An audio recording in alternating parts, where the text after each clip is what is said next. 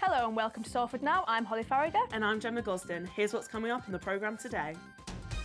Mayor of Greater Manchester, Andy Burnham, joins political leaders to discuss the nation's economic imbalance. One Salford student shares his experience when his 21st birthday celebrations were cut short after a lack of wheelchair access at TGI Fridays. Case now, we're in 2020 and things like this are still cropping up on a regular basis where disabled people are still having to be discriminated against. Go Green Month continues at the University of Salford with more events from the Environmental Sustainability team. Almost Famous Theatre Company opens their production of Grease tonight while raising money for the National Deaf Children's Society.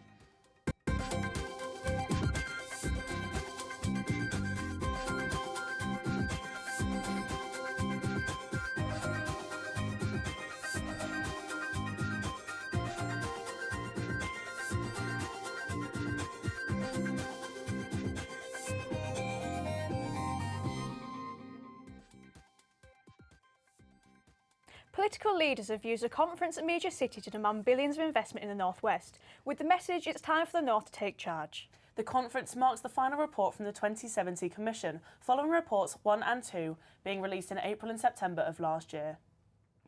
Our reporter Olivia Mukherjee has been down at the conference all day. Olivia, what's the report decided? The report found there is a regional divide between the North and the South, so the GDP, which measures the monetary value of all the goods and the services, for London is double the national average at 6.74% compared to the northern powerhouses. Now, this report includes a 10-point action programme set out by Lord Kerslake, which acts as a blueprint for what the government needs to do in order to resolve the divide. The 10-point programme action is a long-term plan to improve the infrastructure, housing, skills and even carbon emissions. Andy Burnham, the Mayor of Greater Manchester, believes that something has to change. Well, this is a call for a seismic shift of power and resources out of Whitehall and into places like Greater Manchester. So the call is free people like me up, so we've got the funding and the powers just to get on and build council housing. That's what I would do. I'd do it tomorrow if they gave me the ability to do it. In fact, what they do is they tie you up in red tape so that you can't. So that's exactly the right kind of call that the Commission has made, and we could make a quick difference in a matter of years to the availability of social housing in Greater Manchester if the government gave us the freedom to do it. That was Andy Burnham there agreeing that there needs to be more funding available for housing.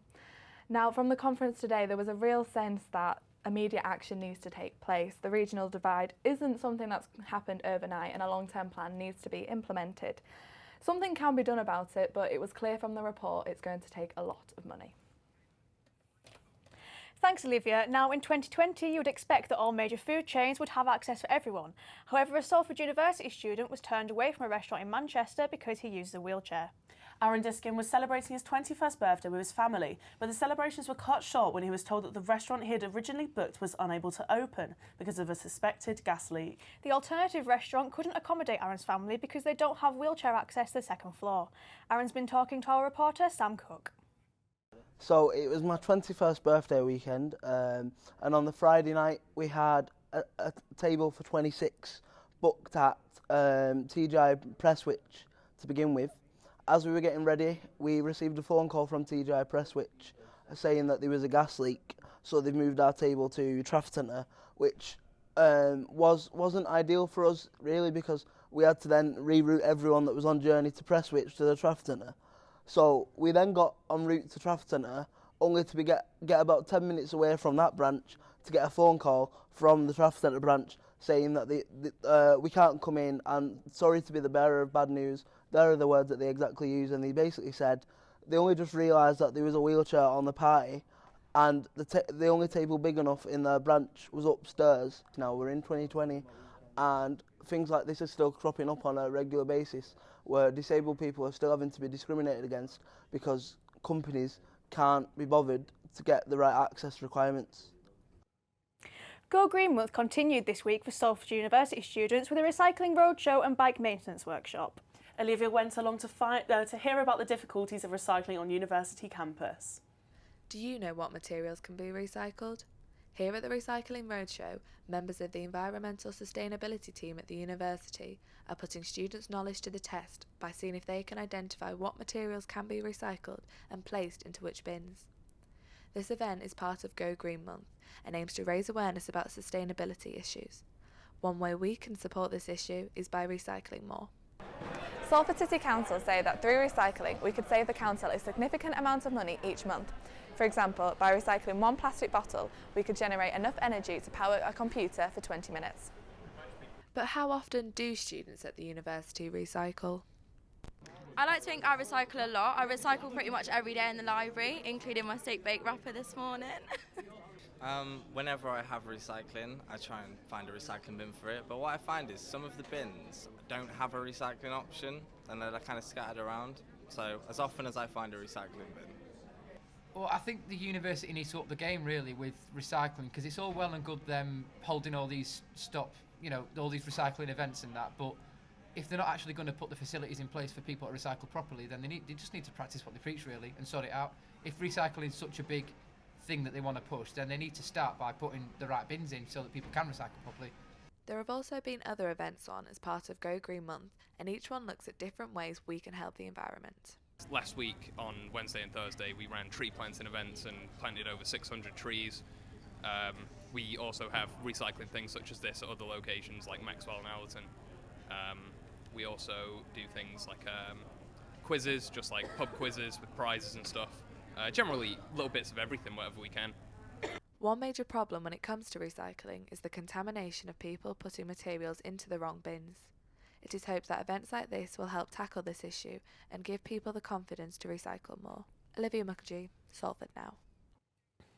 What's your favourite musical, Gemma? Well, personally, I'm a big fan of Hairspray, and how about yourself, Holly? Luckily for me, my favourite musical, Grease, is coming to the New Adelphi Theatre in Salford, and they're raising money for the National Deaf Children's Society. This year, Almost Famous is supporting the National Deaf Children's Society for their production of Grease, which is happening this week from the 27th to the 29th of Feb, with 3 shows in the evening and 1 show in the afternoon. So we thought it'd be a really good opportunity to get involved with the charity, and on the Saturday matinee performance we have a BSO interpreter coming in and signing the performance in the afternoon, which is going to be so much fun. We've the past week we raised money for a different charity, and this week we just thought it'd be a really good opportunity to get all the members involved, get people sharing, get people talking about it. We've got loads of volunteers and donation buckets coming down this week just to raise as much awareness as possible. Earlier today, Ewan Sowerby and Verity Flynn Williams, who perform in the show, were here to talk to Shauna. University's theatre programme, Almost Famous, kicks off tonight with Grease. How are you feeling? Excited? Yeah, very excited. So what are your roles involved? What are your characters? So I play Roger. Okay. He basically is the comic relief of the T-Birds. Mm-hmm. Can I say the T-Birds? Yeah, I can say the T-Birds. Yeah. Yeah. And I am a stagehand and I'm a member of committee as well. Oh, okay. I'm so excited. I think we'll go watch it. Are you guys excited?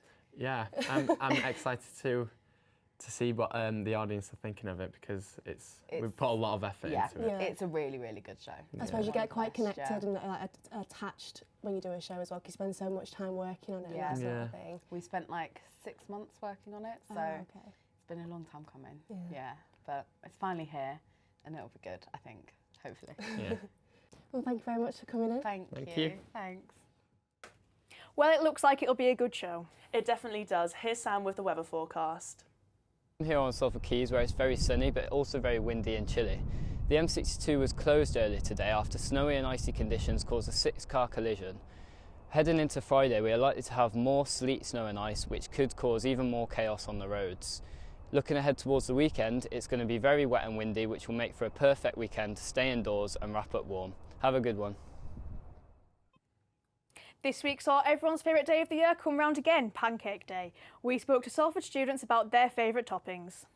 Oh, well, I like some savoury, so I'll have maybe 1 or 2 cheese and ham. Cheese and ham's good. And then ice cream, actually, because you've got the contrast of the hot pancake and the cold ice cream. Brilliant. Try it. Chocolate spread. I would say lemon and sugar, but I also really enjoy like banana and Nutella. That's a good one, yeah. Just plain sugar, that's it. A crispy duck pancake with hoisin sauce. That's what I'll have. Goodbye. Goodbye.